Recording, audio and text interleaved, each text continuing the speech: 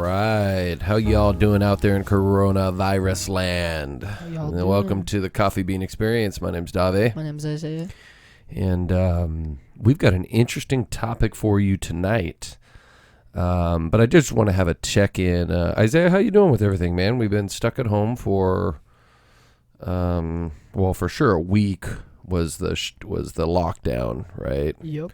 But everything kind of shut down. I was going to look at the calendar here. It shut down that week of the 11th, the 9th, 10th, 11th, 12th, 13th. And then so our first full week of no school was 2 weeks ago. And then we had our, right? Yeah. I think so. There was no masses 14th, 15th. And then we had that whole week, and then we closed our doors at the church last week. That's crazy. Yeah, Monday. Over the weekend of the 21st, 22nd. Yeah. That's crazy. Yeah. So how you doing, man? I'm doing all right. I'm living the dream, I guess. But, I mean, we still have schoolwork, which is annoying. But other than that, it's pretty nice. I mean, can't you elaborate a little bit on that, dude? Like, what do you mean? Well, you say you're living the dream, and you say just schoolwork sucks. I don't have to go to school. I don't have to wake up early. I can wake up at 10 and get my school done, almost like homeschool was. Yeah. But, I mean, it's still annoying. We have schoolwork. I mean, we can't just stop school because of this whole thing. But, like, some teachers, like, we've already gotten quizzes. And, like, we're not even, like, we've missed it 1 week. Like, our spring break. Like, are they going to do our spring break where it was supposed to be? Is that what they're going to do? I don't know, man. I'm wondering are you doing virtual, like, Google Classroom, Zoom classes? Like It's just Google Classroom. Google Classroom, but you can do video on Google Classroom. I don't know what they're going to do. I'm asking, have you done it? No, not yet. So you're just getting assignments on Google Classroom? Yeah, right now. And you haven't done any video sessions with your teachers or anything? No, not yet. No video classrooms? Not yet. Interesting. Yeah. So anyway, with all this coronavirus talk out here, I mean, it is sweeping the world, basically. I thought we would talk about death tonight. That's pretty funny. Yeah, Isaiah's like, why are you laughing about that, Dave? Like, why are you laughing about death? I have a kind of maybe have an odd perspective on death, but I want to honestly, I think, Isaiah, as we launch this radio program, I think it's very important for us to be honest and sincere. Would you agree? Yeah, totally. So honestly and sincerely, how do you personally feel about death? Hold on, really quickly. I think I have a sty. This is not good. You have a sty in your eye? A sty or a pink eye. Oh, yeah, okay. You probably caught what Elijah had. Yeah. Better start saline rinse. Anyways, so back to death. So I personally, I think I have, like, the normal perspective about it. Like, I'm pretty scared. I don't want to die. Because, like, there's, like, a part of me that wonders, like, what if God isn't real? Yeah. Which, I mean, I think that's normal. yeah. So there's part of me that's like, what if he's not real? What if there's like another religion that is real, and Christianity's not that, and we're punished for being Christian, or there's no God, there's nothing. Although, the good news is, I mean, if, say, Buddhism and Hindu are real, right, and reincarnation, the worst news is, dude, in their religion, you're just going to come back as a grasshopper. It's true. It's true. It's true. Oh yeah, it no, can't be much worse. I mean, yeah. So in joking aside, in their religious paradigm, reincarnation, if you haven't lived up to your fullest as a human, right, then your fullest goodness, then like you drop down. Chutes and ladders, snakes and ladders. How my history history teacher put it. Yeah, it's like a game of chutes and ladders. So I mean. No, I think those are all fair points. I think that's awesome, dude, for you to share that with our listeners and stuff. That, one, you're afraid of death. Two, you have those moments of doubts and questions about your faith and what if the other faiths are true. I mean, and I think, those are all valid, good questions to work through. You know what I mean? Yeah. So you're afraid of death. Yeah. Now, why don't you? So is it something that, like, you have nightmares about sometimes? No. I wouldn't say like I'm afraid of it. More so, I just don't want it to happen. I mean, I don't want. I mean, it's gonna happen. That's one thing you're guaranteed. We talked about that in another episode. But like, I don't want it to happen. But I'm not like quivering over. I'm not like in my mind like so scared of it. Because I mean, I have a pretty decent foundation of my faith, pretty solid foundation of my faith. So, you have to hit the view, the eye. Right here. The top one. The other one. No. Click that again. And then hit that one. Yeah, there you go. Right on. Thanks for that little tutorial. Yeah. So anyway, you don't want it to happen. You're not ready for it. I'm not. What's the word when you're like it's almost grieving, but like Grieving? you're constantly thinking about it, but you don't want it to happen. You do constantly think about death? No, I'm asking you what that word's called. What's the word for that? I can't think of it right now. I don't know. I would say overly consumed with it. No, I'm saying I'm not like that. I just couldn't figure the word. I don't know. Yeah. I don't know, man. I don't know what word you're looking for. How do you feel about it? What am I, a dictionary? What am I, a thesaurus? You are a thesaurus. I do read the dictionary sometimes. I enjoy reading the dictionary. That's such a lot. You do not enjoy. You're like one of the kids that's like, I enjoy going to school. You don't enjoy going to school. You enjoy the social aspect of it. No, that's not true. I enjoyed going to school. I enjoy learning. I enjoy taking classes. That's why I enjoy math, which is kind of funny. So you asked me how I feel about it. Yeah. This isn't actually the topic of our topic tonight is actually a little more morbid, especially in light of all this coronavirus. But I'm not afraid of death, dude. I mean, I'm way older than you, right? So I've had the opportunity to go through and investigate all the religions. I'm very confident in my religion, in what I believe. Yeah. I'm not arrogant to think I'm God or anything. Right. I do believe in God. I do believe in a certain religion, and I have taken many years to meditate on death. Did you know, interestingly enough, in ancient times in monastic life, do you know what monastic life is? No. Why is that so blurry, by the way? It's not focusing. There we go. Nice. That's a nice little low technology mechanism. Like, ooh. That's just how you focus. That's how you focus. But anyway, I think in ancient times. I hit the top one. Why top? Because that's how you get rid of it. Oh, interesting. That's so you just keep hitting the top one? Yeah. Just trust. Trust, man. Yeah, that's a deep question. So did you know in ancient times in monastic life, do you know what monastic life is? No. It's the life of monks. You know what monks are? Yeah. Yeah, they're men that live in communities, usually away from society. What are those Buddhist, right? No. Well, Buddhist monks are very ancient, but Catholics in our faith, we have monks too. We have some of the most ancient monks. But Buddhists are Hindu monks and Buddhist monks. Those are very ancient religions. Anyway, in monastic life, Catholic monks, hundreds of years ago, many of them would put a skull and crossbone on their desk. On their desk. Oh, you told me about this. Yeah, I know. And why did they do that? To stare facing the death. To stare facing the death. Yeah, to stare death in the face. To stare death in the face. So they wouldn't have fear and overcome their fear of death. And so I think I have done here's an image of like a skull and crossbones in the death of a monk, in the desk of a monk. Can I see that? Carved into the wood there. That's kind of cool. And so I've gone through these exercises, man, of looking at my flesh and understanding that I'm literally going to become ashes when I die, and my body. Yeah. And yet I believe I will be resurrected through the blood and power of Jesus Christ. And so And we meditate on that as Catholics during Lent, right? We meditate on ash. Do you know what remember they say as they put the ashes on our forehead? I don't. Ashes to ashes, dust to dust, so shall you return. Mm-hmm. Or they say, repent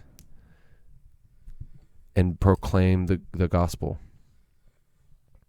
Mm-hmm. Anyway, so I've gone through these exercises, Isaiah, of really looking at my mortality.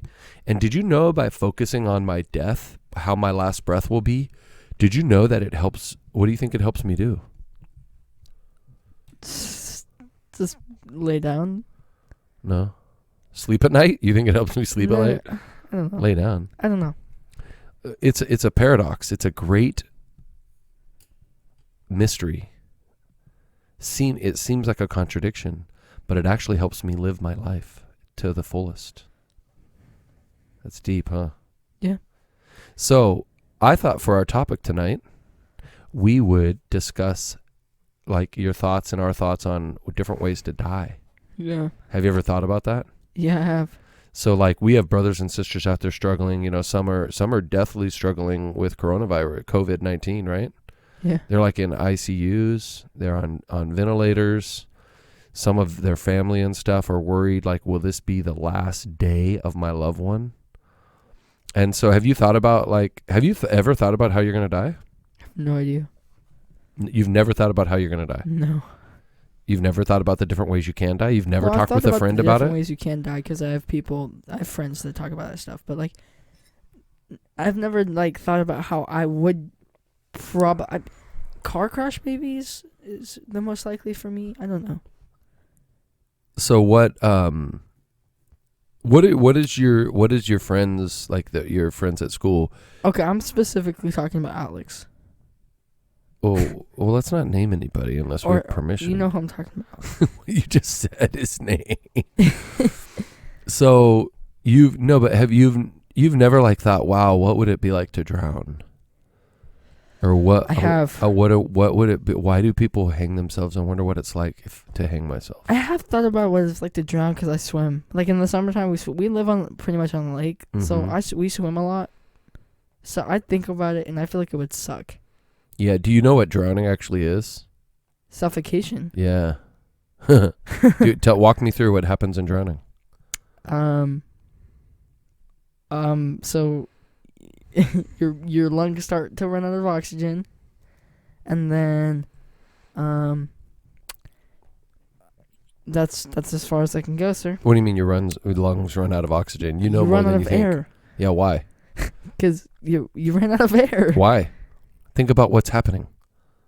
Because the water is collapsing your lungs. No, yeah, it's coming into your nose and your mouth, dude. You can only hold your breath so long. You're trying to hold your breath, right? You're trying to fight to get to the surface or whatever. It depends. I mean, if you're trapped in a car or whatever, or you're trapped in some kind of closed space where you can't get out and swim to the top, right? And so you're trying to hold your breath, and you can no longer hold your breath. And what happens after you can't hold your breath that long? You die. No. What do you do? Oh, your lungs pop, right? No. Just right now, what would you do after you hold your breath? You stop moving. No, right now, if you held your breath, you see, you need to listen. You need to work on the listening skills, right? Listen to the question. What happens after you've tried to hold your breath for too long? What do? You panic. No. I'm talking about right now sitting in your dang chair, dude. What happens if you hold your breath and you're trying to hold it for as long as you can? Why don't you try it right now? Go. 1, 2, 3, go. 1,000, 2,000. Keep holding it. Are you doing it? You trying to hold your breath? He's holding his breath, folks. Do, do, do, do. Listen, let's see what happens. Come on, keep holding it. Keep holding it. Ooh, Master Isaiah swim. Keep holding it. I don't think you would if you were trapped in a space holding.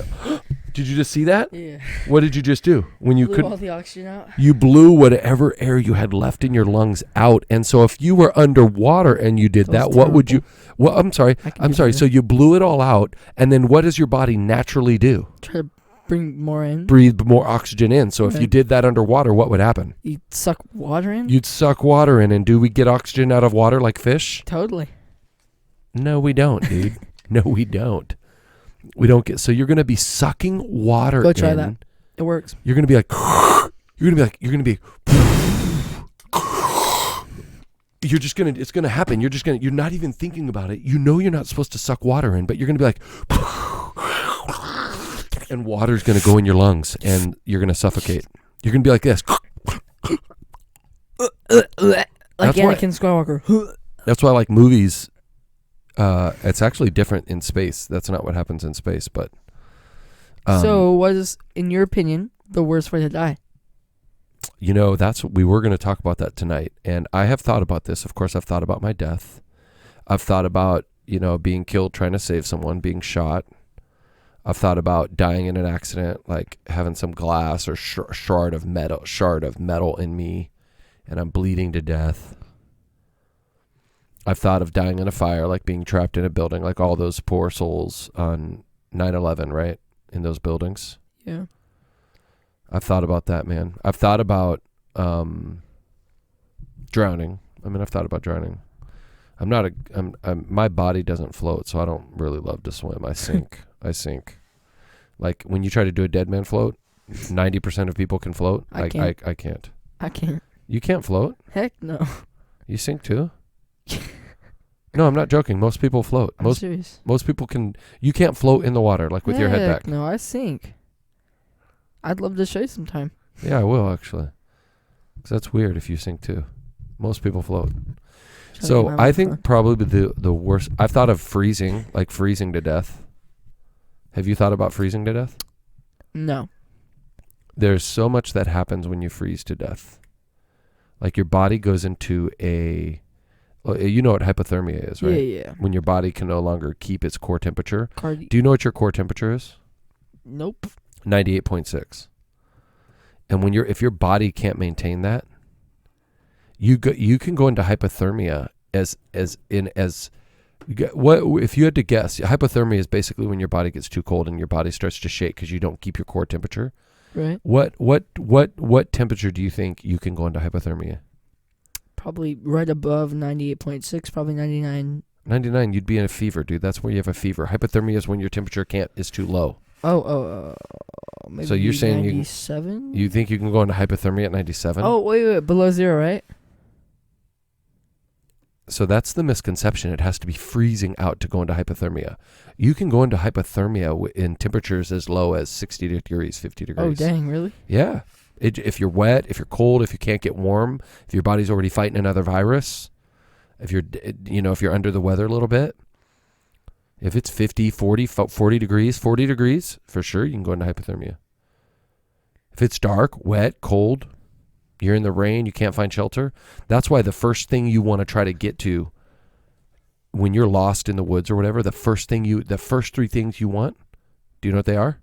Food, fire, shelter, heat, and water. Water. First three things you should try to get if you're lost in the woods. Fire, shelter, water. Okay. Or some kind of combination. Now, so, with that being said, yeah. What is, in your head, the worst way to die? Because a lot of people say dying fire. I think fire. I think drowning is faster than people think. Like the moment you suck that water in, you're going to die pretty quick. I think fire, or I think being buried alive. I've thought about being buried alive. Oh, I thought about. There's a video on how to get out. It's like you get like 0.5% chance to get out. Like. And so what do you do?